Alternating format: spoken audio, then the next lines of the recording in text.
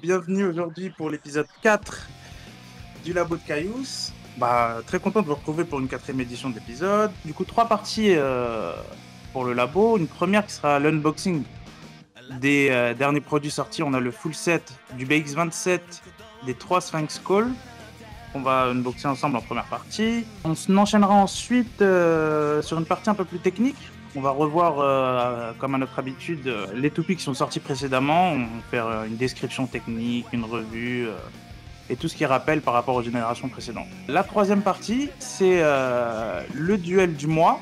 C'est un combo qui m'est proposé par un membre du serveur qui sera joué contre un combo qui a été préparé par le staff. Enfin, vous connaissez l'histoire.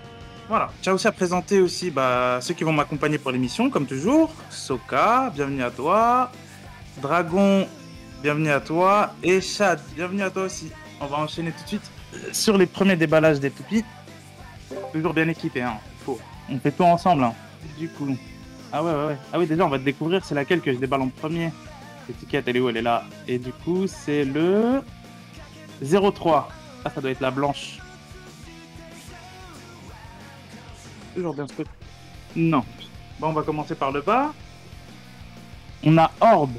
C'est une réédition, déjà sortie sur Vipertail, sur le BX16. C'est une ricolore en plus que j'attendais parce que la couleur est beaucoup mieux que l'original. En tout cas, magnifique pièce. Oui, je trouve aussi. Ça aussi, c'est une très belle pièce à 5,60 en blanc. Si, je crois qu'elle est ressortie sur Unicorn juste avant, il n'y a pas très longtemps. Ouais, 5,60, oui, elle était sur Unicorn juste avant et encore sur Else Shade. Et du coup, la fameuse pièce, oh là là. Elle est belle, la Sphinx Call en blanc. La Sphinx Call blanche, franchement, oh là là. On la voit bien. Regardez-moi ça. Donc, toupie de type défense, hein. Sacré Sphinx. Hein. Du coup, on va assembler tout ça. Hein. Le combo d'origine est incroyable. Hein. Franchement, déjà, juste le combo d'origine est incroyable. Il est incroyablement bien équilibré et tout. Non, ça, c'est clair. Ah.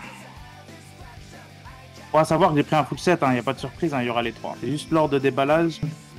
Là, qu'est-ce qu'on a eu? Et... Ah, c'est la noire, la 02. Quelle surprise. Quelle surprise. Du coup, la Sphinx Call noire, on commence par son combo. Du coup, Taper. Hein. Ah non, je dis une bêtise. High Taper. C'est High Taper, attention. C'est une version un peu plus rehaussée de Taper qui est sortie, justement, c'est la première réédition parce qu'elle est sortie sur L-Chain, si je dis pas de bêtises. Suivi d'un 480 classique. Hein. On l'a déjà eu en noir, je crois, si je dis pas de bêtises, sur une Late Lamp noire. Voilà. Et attention, là, on parle pas de classique, là. Ouh. Je sais pas, franchement, entre la noire et la blanche, j'hésite. Hein. Franchement, les deux sont magnifiques. Et pourtant, c'est les Ricolor. C'est même pas les toupies dorées. C'est même pas la Price Bay. Mais c'est incroyable. On va assembler tout ça, du coup. Ouh là là. Ouais, je trouve aussi son combo sympa. Il doit être sympa à jouer, franchement. Vu qu'en plus, le métal, en plus, il répartit bien la surface bien basse, vu qu'elle est très rehaussée entre 4,80 et High Taper. Elle est super haute déjà. Mais avec son poids, je pense qu'elle doit faire son effet. Et du coup, là, c'est plus une surprise. Hein. Du coup, forcément, ça peut être que la Price Bay, forcément. On va vérifier ça ensemble. Hop. Et non, c'est la 01. Qui l'aurait cru? Si j'avais pas fait exprès de les commander. Takara, ils font jamais semblant de mettre du plastique et du scotch. Hein. J'ai été médisant, mais les pièces, en vrai, regardez-moi. Gearball, déjà ça c'est une toute nouvelle pièce à tester. Pas encore forcément d'avis là-dessus, mais je pense qu'elle doit avoir certaines particularités à étudier.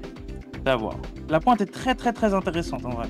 Et du coup, regardez, là c'est une pièce, là je crois, en vrai je suis conquis. En vrai celle-là, elle est vraiment très belle. Si je dis pas de bêtises, c'est la première édition de 9,80, non? La première apparition de 9, c'était sur Phoenix Wing, qui est sorti sous 9,60. Et du coup, je crois que c'est le premier ratchet 9,80. Ça veut dire une hauteur un peu plus haute que celui de 9,60. Voilà, fait 80 mm de hauteur au lieu de 60. La fameuse, regardez-moi cette baie. Elle est pas magnifique. Est-ce qu'elle est belle quand même? Ah oui, non, mais c'est purement une type défense, mais je pense qu'elle pourra être utilisée dans beaucoup de styles en fait. Un peu attaque barrage. On va assembler tout ça. Oh là là. Donc ça, c'est la Price Bay du Random Booster. Sphinx Call, incroyable. Franchement, je suis pressé de tester les particularités du beat parce que c'est nouveau du coup. On voit qu'à pencher, déjà, il y aura beaucoup de contacts. Elle saura nous montrer des belles particularités offensives. On en a terminé pour le déballage. J'espère que ça vous a plu, en tout cas. Avant de switcher à la deuxième partie, je voulais rajouter une petite partie entre deux. Je voulais faire une petite partie actualité, un peu, sur les prochaines sorties du mois. Le mois prochain, on aura des nouveaux produits, un tout nouveau modèle de produit qui sera non plus sous le nom de BX, mais les UX, qui sont le X01, le X02 et le X03, qui est totalement une évolution encore, pas une évolution, mais une nouvelle forme des trois premiers starters. Bon, on en a eu 4, mais des trois premiers starters qu'on a eu, c'est-à-dire Wizard, Dran et L. Et du coup, on a L Hammer, Dran Buster et Wizard Road. Tant qu'on n'a pas encore les produits en main, je ne peux pas encore vous donner les spécifications précises, c'est ce qui est l'intérêt de l'émission, forcément. Bah, on peut dire quand même quelques nouveautés. Ils ont introduit une nouvelle hauteur au niveau des ratchets, qui est sympa, qui sera disponible que sur L Hammer et Wizard Road.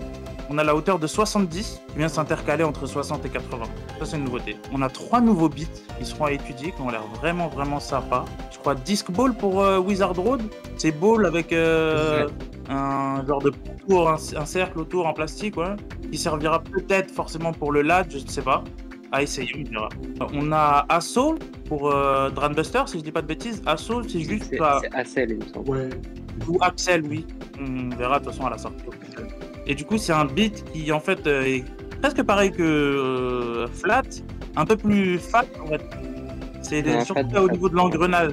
À savoir que sur Flat, on a 12 dents et on passe sur Axel qui passe à 16 dents. À voir les effets que ça donnera sur la X-Line et tout. Très sympa. Hell Hammer, si je dis pas de bêtises. Je crois que c'est Exa, le nouveau beat, c'est ça? Oui, c'est Exa. Et du coup, celui-là, très spécial. Elle a une forme hexagonale avec une pointe. J'ai l'impression qu'elle peut être utilisée autant pour l'attaque que pour l'endurance. Enfin, il y a beaucoup de styles à pouvoir être joué, ce beat. Enfin, on verra ça. Donc, je pense que c'est tout pour la partie actualité. Je me saurai me débrouiller pour le labo, vous inquiétez pas, on sera à l'heure comme d'habitude. Moi, j'aime beaucoup El Hammer. Ouais, non, franchement, les designs, ils sont incroyables. Franchement, elles sont très très belles, les trois, il n'y a rien à dire. On va partir sur la partie 2. Si vous êtes prêts, on a fait beaucoup de toupies au fur et à mesure de chaque épisode et on a étudié chaque toupie dans l'ordre des sorties. À savoir qu'aujourd'hui, on est arrivé à Rhino Horn. Et pour pas trop bousculer un petit peu le calendrier, on a décidé d'étudier aussi la remake. Les premières remakes, il va y avoir une série de remakes dans les produits BX qui vont sortir au fur et à mesure du temps, sachant qu'il y en a déjà peut-être 1 ou 2 officiellement qui ont été annoncés un petit peu, enfin je ne veux pas trop non plus en parler. Et du coup on va partir sur la description. On va commencer tout simplement par Rhino Horn. Et à savoir qu'ici dans l'émission, ce qu'on aime bien, c'est surtout repartir un petit peu dans le passé, un petit peu sur les traces des origines de chaque toupie. On va partir un petit peu dans l'ordre. On a retrouvé des traces de Rhino Horn dans Bakuten, mais par contre sur Bakuten, c'est un petit peu spécial parce qu'on a eu beaucoup de choix, là ici. Quand je disais beaucoup, ça faisait vraiment beaucoup. Après, on va pas partir sur toutes les explications sur celle-là. Je sais pas si t'es d'accord, Chad. Moi, j'avais dit qu'on retiendrait surtout Draciel F, vraiment. Ouais, je suis plutôt d'accord là-dessus. Voilà. Moi, je te laisse, Chad, c'est à toi. On a choisi Draciel F plutôt que les autres. Déjà, c'est pour le nombre de ses contacts dans un premier temps. C'est à peu près le même nombre, du coup, je me suis dit pourquoi. Je me suis dit, ça semble du coup on prend. De 2, c'est des toupies de première génération. Enfin, Draciel F, c'est plutôt une deuxième génération, mais plus améliorée. Et surtout qu'ils ont un petit diamètre, ce qui m'a fortement fait rapprocher Draciel F avec Rhino Horn. Et surtout qu'ils ont des points de contact assez impactants. Du coup, ce qui m'a fait douter sur est-ce que c'est une petite défense ou pas. Et c'est pour ça que j'ai choisi Draciel F plutôt que les autres. Non, surtout qu'en plus les deux sont basés surtout sur un type de défense. Déjà dans les types et tout, elles se rejoignent beaucoup. Moi, c'est surtout la forme vraiment que là-dessus on est d'accord. Hein. C'est un genre de double trèfle un peu superposé l'un sur l'autre un peu. Ouais. Même si on va dire que sur Rhino Horn, les deux lames, il y a forcément deux lames qui sont un peu confondues l'une sur l'autre un petit peu, mais ça reste, on va dire, deux lames bien différentes, ce qui en fait 8 au total. On va passer sur remonter à MFB. Bien sûr, je sais que tu es là, M-Dragon, et je vous présente au travers le temps ce qu'on a trouvé comme lien à quoi ressemble Rhino Horn par le passé. Et donc il s'agit de la Pandigolem, ou Golem plutôt, j'ai mal prononcé, pardon, excuse-moi, qui vient en combo stock avec l'axe qui est DF145 et la pointe BS. Donc c'est une toupie qui est de type défense, tout comme Rhinohorn. Elle est sortie pendant la génération Shogun Steel, ou c'est l'appelée 0G parce que c'est le nom au Japon. Donc c'est malheureusement pas un rhinocéros, il n'y a pas eu de représentation de rhinocéros sous Metal Fight. C'est plutôt dommage, de mon avis personnel. Mais Non, mais dans la généralité, c'est bien de le soulever. Hein. Dans la généralité de Beyblade, il y a eu très très peu de rhinos. Enfin, c'est une note à dire. Enfin, surtout dans les produits. Parce que sous Bakuten, on a eu un rhinocéros, mais qui a jamais été produit. Mais ça, c'est une histoire à part, on va dire. Ça aide pas. Donc, étant donné que Golem est une toupie qui vient de la génération 0G, elle possède une Chrome Wheel qui donc peut faire penser à l'aspect extérieur de la Rhinohorn, avec des reliefs qui vont être très compacts, mais qui laissent quand même quelques écarts entre chaque relief. Vous pouvez voir mieux sur le stream. Où justement il y a des petits écarts entre chaque gros point de contact. Et pour finir, il y a aussi la pointe BS, donc Ball Spike, qui est une fusion entre une pointe S et une pointe Ball, tout le nom, BS. Et donc il s'agit d'une pointe qui est très fine, mais qui lui permet d'avoir une bonne défense, parce que vu que c'est un mix en fait entre les deux. Et donc c'est aussi une des pointes qui ressemble le plus au Beat Spike de Rhinohorn en termes de design et de performance aussi. Même dans son combo, c'est vrai que les pièces correspondent vachement entre les deux et c'est assez surprenant en fait. Je crois que c'est tout pour MFB, merci en tout cas M-Dragon. On va peut-être switcher sur la partie Burst, du coup on va remonter encore un peu plus le temps avec Soka. Yes. Mon choix s'est plus penché vers Lucifer. Outre déjà ce qui va être la plus grosse différence qui va être au niveau des ailettes en caoutchouc qui se déploient sous l'effet centrifuge de la toupie, ça va être juste la forme qui forme une espèce de croix au milieu. Et puis donc si on s'intéresse un peu sur cette partie centrale de Barricade Lucifer, on voit qu'elle est un peu crantée, un peu pareil qu'au niveau de Rhinohorn. Et puis si vous voulez savoir l'effet sur Barricade Lucifer, les petites ailettes qui vont se déployer vont servir symboliquement de petites barrières qui vont empêcher les assauts directs des toupies adverses. Très bien, merci Soka pour ta description complète. Et juste finir, je pense, sur le combo en général, hein, on ne s'est pas défini, mais sur le combo général, je trouve que c'est dommage. À la sortie de ce starter-là, c'est pas un combo très très équilibré, dans le sens où la toupie se dééquilibre très très vite, malgré qu'elle a introduit une nouvelle pointe qui s'appelle Spike. Exactement à peu près comme la pointe qui est de Bandit Golem sur MFB. La toupie commence à pencher très vite et perd très vite son équilibre et son endurance, c'est dommage. C'est juste cette petite note là que j'avais à retirer. Et néanmoins le bled, je pense qu'on peut en tirer beaucoup de techniques au travers les styles, enfin pas forcément que ce soit dans le style de défense, mais il peut être joué en endurance ou même en attaque et peut avoir de très bonnes performances parce que il est bon à savoir que Rhinohorn sous X fait partie maintenant des layers, est le layer le plus petit de toute la génération DX. C'est-à-dire que la majorité de son poids est recentré vers le centre. Je sais pas si ça se dit ce que je viens de dire, mais vous voyez à peu près l'idée. Contrairement aux autres toupies, comme on le voit là sur la Sphinx Call qui est légèrement plus large. Et ici, Rhinohorn a vraiment la plupart de son poids réparti vers le centre. Voilà. Ensuite, on va switcher sur Dranzer S, la remake. Je sais que Chad et Dragonet, vous aimez beaucoup Bakuten et les remakes. Et il y en a eu beaucoup, des remakes au travers, même ne serait-ce que dans Beyblade. On en a eu même sous Burst. Cette toupie étant sortie aussi sous Burst, alors qu'elle est à l'origine de Bakuten. De ce que je me souviens de mémoire, sous Burst, elle était sortie avec le Combo Spread et Unite. Ça, c'est la version Hasbro. En tout cas, oui, la version Hasbro, je n'avais pas la version Tiger. Et peut-être la première, je crois que c'était avec Trans. Pour Dranzer F, mais pas pour Dranzer S, je suis pas sûr. Ah bon? Parce que pour Dranzer F, je m'en souviens, ils étaient sortis avec Zeta. Et donc on va revenir là-dessus. Les remakes, c'est dommage, je le retrouve. Ça a été retravaillé au travers même, on a vu certains leaks des prochaines remakes Bakuten qui vont garder cette forme un peu hexagonale. Et ce qui est dommage parce que on va dire que toutes les actions qui vont se passer, on va dire, sous le layer vont être assez similaires sur toutes les toupies. qui vont être sortis sous on va dire le Over Project. C'est dommage. Après, néanmoins, on garde quand même certaines spécificités sur le haut du layer. C'est-à-dire là, Danzer qui vient essayer de faire, on va dire, des uppers. Ces deux lames qui vont être très offensives. Ça ne change pas. C'est dommage. On va dire que au niveau de la technique, c'est un peu divisé. Ça va être similaire sur toutes les toupies sur la partie basse.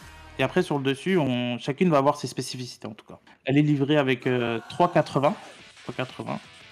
Je crois que les Ratchet 80 ont un taux de burst légèrement plus bas que les 60, si je dis pas de bêtises. Donc, du coup, elle est n'empêche livrée avec 3,80.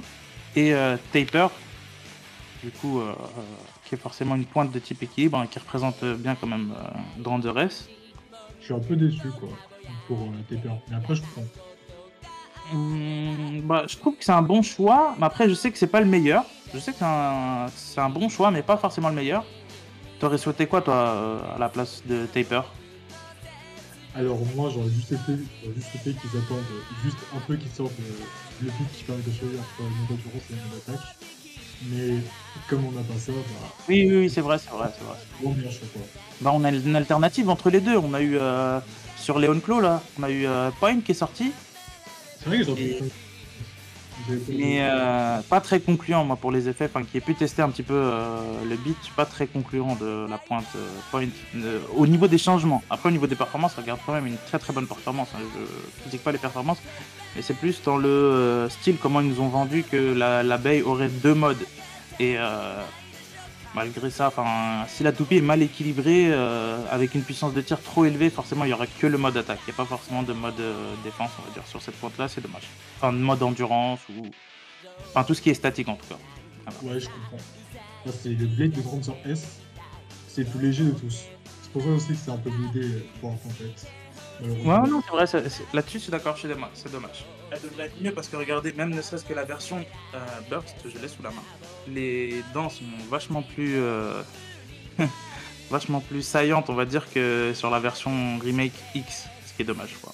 Parce que le fait de passer au... Ouais, c'est prometteur de l'avoir sans le wet disc. Ouais, du coup, c'est un disque Burst. Mais c'est pas le combo d'origine, c'est un combo que j'ai fait moi-même, ça n'a rien à voir. Ok. On va la garder là, hein. Voilà. On va en terminer là pour la partie description. En tout cas, c'était parfait, en tout cas pour ma part, pour ce que vous avez apporté les autres. Merci de votre description détaillée. Merci à toi, surtout. Il n'y a pas de souci. Et du coup, on va passer à une partie un petit peu plus fun. On m'a proposé des combos, comme je vous ai dit, et du coup, on va sauter sur le duel du mois. Ça va être un peu plus marrant. Je me mets en pause. Il n'y a pas un sponsor qui veut passer ou dire un mot? Connaissez-vous le merveilleux site de Streaming Smash? Avec une exclusivité de la traduction Beyblade X en VOS et FR, ainsi que toutes les pages de vos mangas préférés. On passe à la vitesse supérieure. C'est Beyblade, ça va vous présenter les combos du staff, on va dire, qui vont être tirés au sort sur une liste établie. Ça va être les combos du staff qui ont été envoyés dans le chat. Voilà. Génial, hein. Franchement, on a des staffs qui sont incroyables. Et du coup, celui que j'ai choisi comme combo très intéressant, j'ai beaucoup aimé, Drandagger 960 Gear Point. Oula. Nous, par la suite, on va tirer au sort le dé magique. Oula, le 3, qu'est-ce qu'on joue? Ah mais non, mais j'ai pas deux fois Drandagger, c'est mort. Ah bah, chut, on a fait un flop. Ok. Du coup, le 1, c'est L-Chain 560 Spike. Vous êtes prêts là? Ça va être parti là. Oui, capitaine. 3, 2, 1. Wow, on avait gagné par survie là, on a gagné par extreme finish. Waouh. Bah 3-0 pour nous. C'était rapide en plus comme extreme finish. Allez, hop, dégage. On est tous prêts? Ouais, oui, capitaine. 3, 2, 1.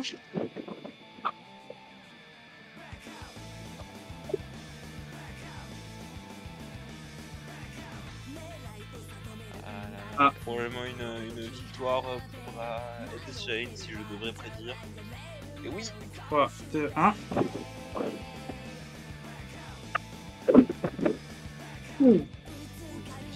Victoire de Drandagger sur la L-Chain en extreme finish. Ouais. Bon, bah, 3, 2 à 1, 1, il me semble. 3, 2, 1.